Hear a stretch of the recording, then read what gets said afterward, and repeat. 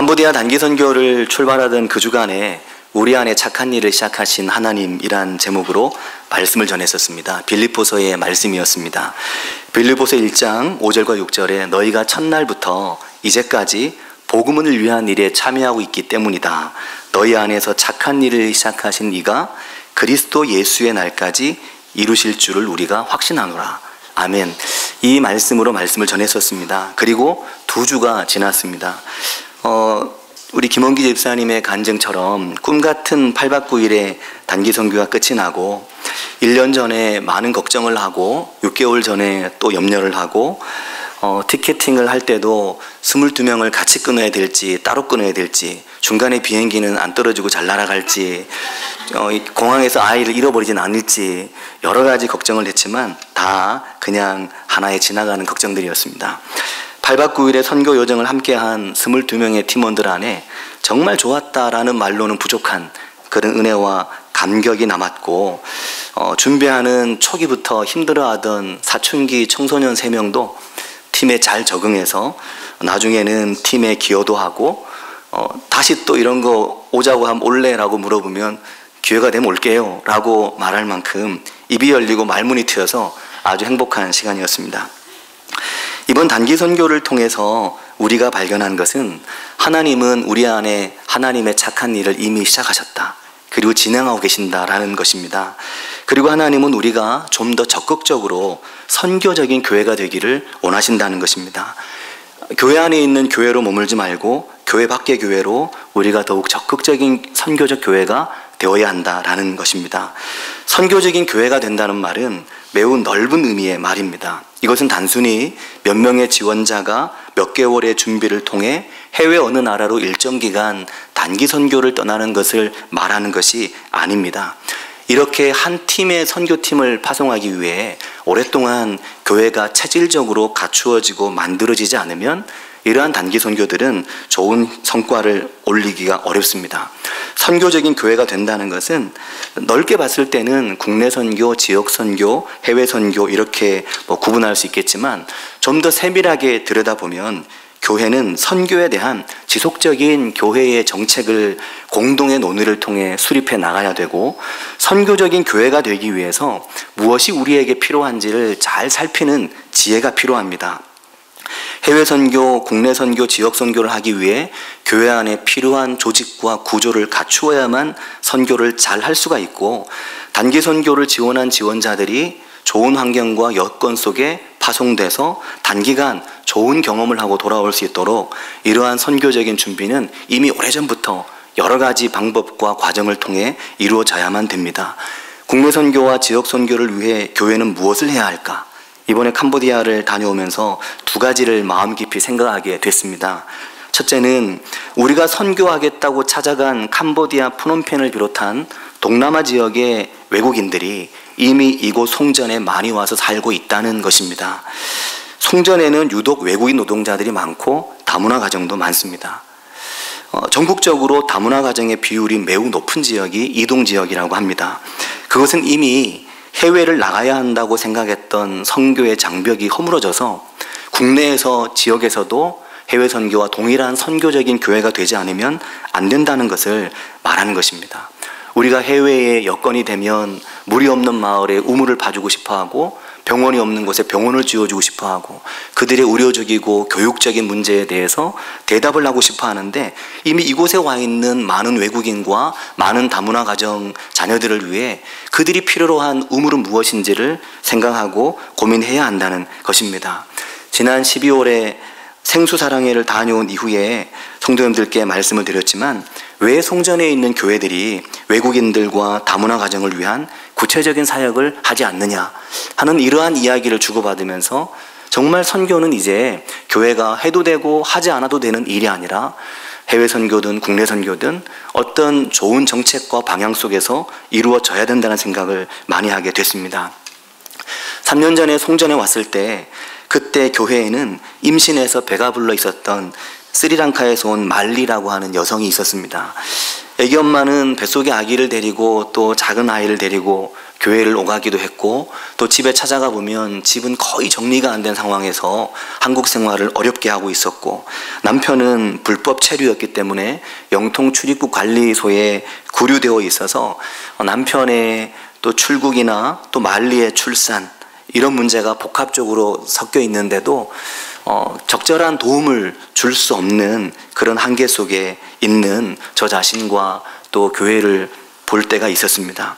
캄보디아를 다녀오면서 깊이 생각하게 된 또 하나의 중요한 것은, 우리가 교회 교육을 통해 사람을 세우고 사람을 준비하지 못하면 선교의 미래도 교회의 미래도 없다는 것입니다. 캄보디아에서 발견한 유일한 희망은 열심히 배우고 있는 아이들이고 열심히 가르치는 교사들이었습니다. 캄보디아는 매우 가난하고 또 국내에서 공산품을 생산하지 못하는 나라이기 때문에 전량 수입에 의존하니까 돌아다니는 모든 게 중고고, 중고를 고쳐 쓰고 또 고쳐 쓰고, 온통 오토바이도 새 것을 살 수 있는 사람도 있지만 대부분은 중고를 고쳐 쓰고 또 고쳐 쓰는 상황이었고, 그렇지 않은 도시도 있지만 90%에 가까운 캄보디아의 지역이 온통 쓰레기와 주변에 버려진 물건들과 자녀에 대한 교육 의지가 없는 그런 한계 속에 있음에도 불구하고, 저희가 가서 보았던 은혜기독국제학교와 선교사님들의 기독교 대안학교나 여러 학교들에서는 여전히 아이들이 열심히 배우고 선생님들은 열심히 가르치고 있었다는 것입니다. 특별히 기독교 대안학교에서 열심히 선생님에게 배우고 복음을 가르치고 교육하는 선생님들을 보면서 굉장한 도전을 받았습니다. 우리는 아이들을 교육한다 하지만 신앙적인 교육을 일주일에 한 번 하는 정도에 그치고 말지만, 그 작은 학교의 작은 울타리 안에 세상을 품을 수 있는 교회 교육을 받고 하고 있는 아이들과 교사들이 있었다는 것은 우리로 하여금 부끄럽고 우리 자신을 심각하게 돌아보게 만드는 그런 현실이었습니다. 그들의 기독교 교육 환경이 열악함 속에서 나온 하나의 교육 현실이지만, 앞으로 10년이 지나면 그때는 오히려 한국교회가 그들에게 복음의 빚을 져야 될 만한 상황이 될 수도 있다는 것은 매우 두렵고 도전적인 일이었습니다. 이래서는 안 된다라는 생각을 많이 하게 됐고, 우리 교회가 정말 선교적인 교회로 거듭나고 새로워지고, 교회 안에 있는 구조와 또 교회의 교육과 교회 환경이 점점 더 체계적이고 좀 더 좋은 교회 교육을 위한 고민과 논의와 의논과 간절한 기도와 양육이 필요할 때가 되었다라는 생각을 하게 됐습니다. 사랑하는 성도 여러분, 우리가 꼭 알아야 될 것이 있습니다. 주님은 착한 일을 좋아하신다는 거죠. 주님은 착한 일을 우리가 하길 원하신다는 것입니다. 오늘 본문에도 말씀하는 것처럼 주님은 우리로 하여금 착한 일을 하게 하고, 그 착한 일을 세상이 보게 하고 세상이 하나님께 영광을 돌리기를 원하신다는 겁니다. 그런데 그 주님이 원하시는 착한 일을 위해서는 우리가 소금이 되고 빛이 되는 헌신과 또 양육이, 세워짐이 우리에게 필요한 것이죠. 그냥 두어도 소금이 되는 사람이 없고, 그냥 두어서 빛이 되는 사람이 없고, 하나님의 말씀과 은혜로 양육되고 교육되고 새로워질 때, 그때 우리가 소금이 되고 빛이 될 수 있습니다. 선교사님께서 그런 말씀을 하셨습니다. 처음 교회를 했는데, 교회를 하면서 아이들에게 좋은 걸 주고 선물을 주고 때로는 먹거리와 옷과 여러 가지를 줘봤지만, 아무 것을 주어도 그냥 가지고 가고, 그리고 크게 고마워하지도 않고 줄 때만 그냥 주는 거지 돌아서면 끝이라고 하시더라고요. 뭘 해야 될까? 어떻게 해야 될까? 그 고민 속에 시작한 것이 학교인 것입니다. 학교를 시작해야 되겠다. 학교를 통해서 아이들을 가르쳐야 되겠다. 아이들에게 꾸준히 가르치고 좋은 교육을 할 수 있어야 되겠다. 그래야만 이 아이들의 의식이 바뀌고 어려서부터 생각이 바뀌어서 좋은 교사, 좋은 크리스찬이 만들어지겠다라는 생각을 하셨다는 거죠. 사랑하는 성도 여러분, 우리는 좋은 성도, 좋은 크리스찬, 좋은 소금과 좋은 빛이 되기 위해 얼마나 우리가 하나님 앞에 훈련되고 양육되고 준비되고 있습니까? 우리 교회는 얼마나 좋은 그런 교회 교육적인 여건을 가지고 있습니까? 아이들을 위해서도 필요하지만 어른인 우리들을 위해서도 필요합니다. 평생 배우고 평생 익히고, 오늘도 내가 느슨해질만 하면 나를 새롭게 복음의 끈으로 묶어낼 수 있는 그런 은혜의 텃밭이 우리 안에 얼마나 있느냐. 정말 세상을 향해 이 소금을 싣고 나아갈 수 있는 거대한 소금배와 같이 이 안에 소금으로 꽉 차서 막 이동에 송전에 캄보디아에도 막 가서 뿌리고 다닐 수 있는 그런 소금배, 소금으로 꽉 찬 소금으로 만선의 기쁨을 누리는 그런 소금배와 같은 우리 교회가 될 수 있기를 바랍니다. 사랑하는 성도 여러분, 본문 말씀 16절에 이같이 너희 빛이 사람 앞에 비치게 하여 그들로 너희의 착한 행실을 보고 하늘에 계신 너희 아버지께 영광을 돌리게 하라. 아멘. 이것이 하나님의 우리를 향한 뜻이고 바람입니다. 때문에 교회가 선교적 교회가 되고 선교적으로 지역에서든 이동에서든 국내에서든 해외에서든 선교적인 교회가 돼서 빌립보서 1장 6절 말씀처럼 너희 안에서 착한 일을 이미 시작하신 하나님이 그리스도 예수의 날까지 이루실 줄을 우리는 확신한다 하는 이 확신을 가지고 나아갈 수 있는 교회, 그런 선교적이고 은혜로 뜨거운 교회, 말씀으로 충만한 교회, 우리 교회가 될 수 있기를 바랍니다. 성도님들께 놀라운 소식 하나를 전해드리려고 합니다. 저는 이번 선교 기간에 처음 듣는 놀라운 소식이 하나 있었습니다. 눈이 동그래지셨군요. 뭘 듣고 왔길래 또 3년 만에 처음 들었다고 또 저러나 하실 건데, 노진태 선교사님과 틈이 날 때마다 이야기를 많이 나누었습니다. 그런데 이야기를 나누는 중에 선교사님께서 뜻밖의 놀라운 이야기를 하셨습니다.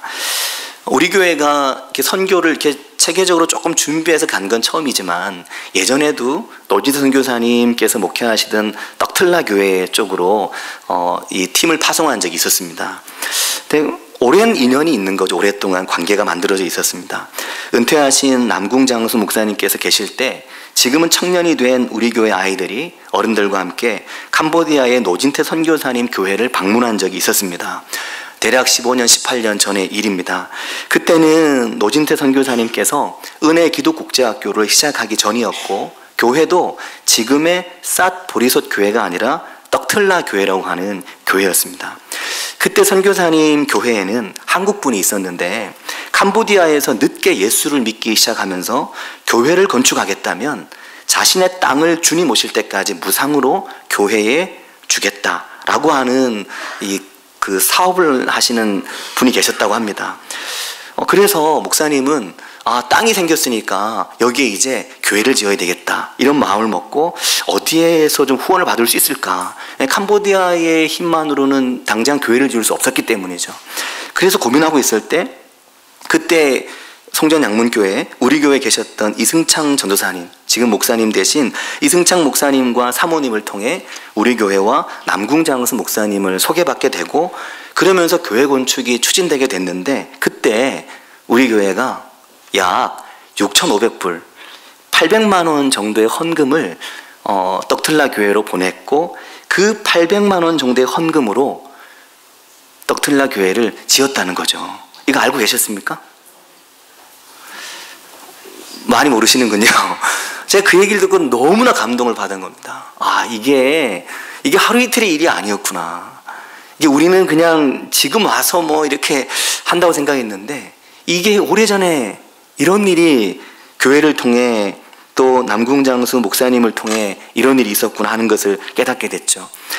지어진 교회는 단층의 교회 건물이고 평수는 우리 교회 절반 정도 넓이 정도밖에 안 되지만 단층 건물에 뒤에는 작은 소그룹실 2개가 붙어있는 그 딱 단층 건물을 6,500불 송전양문교회 남궁장수 목사님께서 보내신 그 헌금으로 교회를 지은 거죠.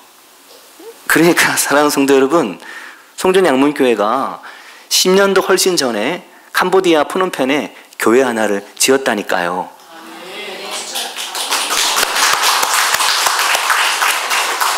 정말 놀라운 일입니다.